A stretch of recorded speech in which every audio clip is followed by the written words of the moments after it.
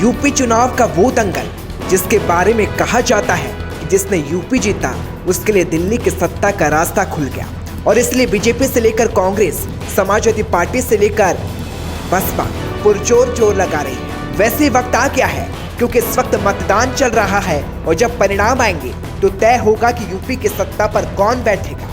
जहां एक तरफ बीजेपी सत्ता वापसी के लिए हर मुमकिन कोशिश कर रही है तो वहीं कांग्रेस, बीएसपी और अन्य दल भी जीत के लिए पूरा जोर लगा रहे हैं। अखिलेश यादव को जीत के लिए छोटी पार्टियों से गठबंधन का ऐलान कर चुके हैं तो प्रियंका गांधी भी बीजेपी को छोड़कर किसी भी पार्टी से गठबंधन का ऐलान पहले ही कर चुकी हैं। लेकिन यूपी चुनाव का इतिहास ये भी कहता है कि कभी साथ लड़ने वाले अखिलेश मायावती इस बार भी साथ क्यों नहीं आ सके। वैसे इतिहास पर नजर डालें तो अखिलेश और मायावती साथ आकर चुनाव लड़ चुके हैं। साल 2019 विधानसभा में बीएसपी और एसपी ने गठबंधन किया था। हालांकि चुनाव से पहले गठबंधन टूट गया था जिसकी घोषणा खुद मायावती ने की थी।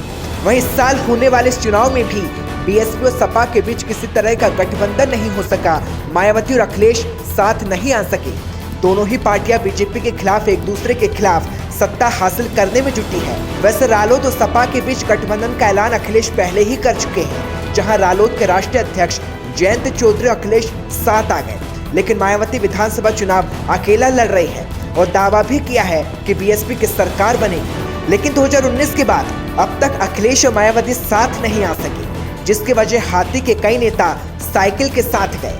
ऐसे पिछले 6 महीने से देखा गया जब कम से कम 2 दर्जन से ज्यादा बसपा के नेता सपा के साथ चले गए। वैसे चुनाव चाहे लोकसभा का हो या फिर विधानसभा का, यूपी में अपना चुनाव भविष्य दुरुस्त करने के लिए नेताओं ने पाला बदलने का ट्रेंड हमेशा रखा है और ऐसा ही 2022 में भी दिख रहा है। यही वजह है कि मायावती और अखिलेश इस बार भी साथ नहीं है। 1995 और 2019 में ये दोनों साथ तो आए लेकिन बात नहीं बनी। वैसे दोनों ही पार्टी अपना अपना जनाधार रखती है। सियासत परिस्थितियों को साधने के लिए ऐसे तो कई बार अखिलेश और मायावती साथ आए लेकिन कुछ नहीं हुआ। वैसे 12 जनवरी 2019 ये वो वक्त था जब दोनों साथ आए।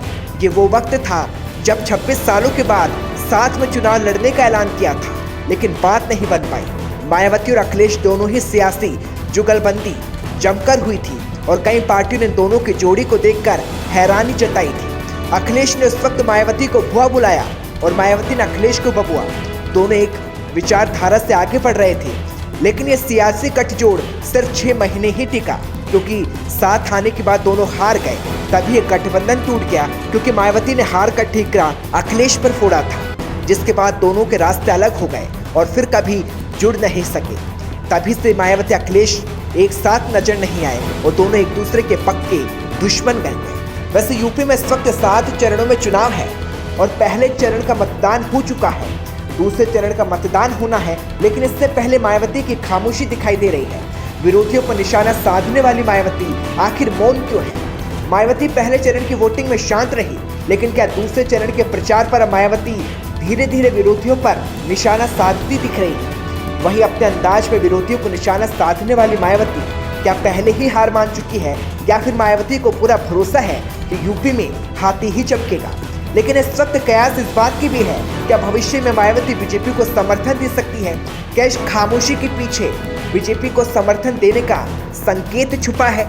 ये बड़ा सवाल है।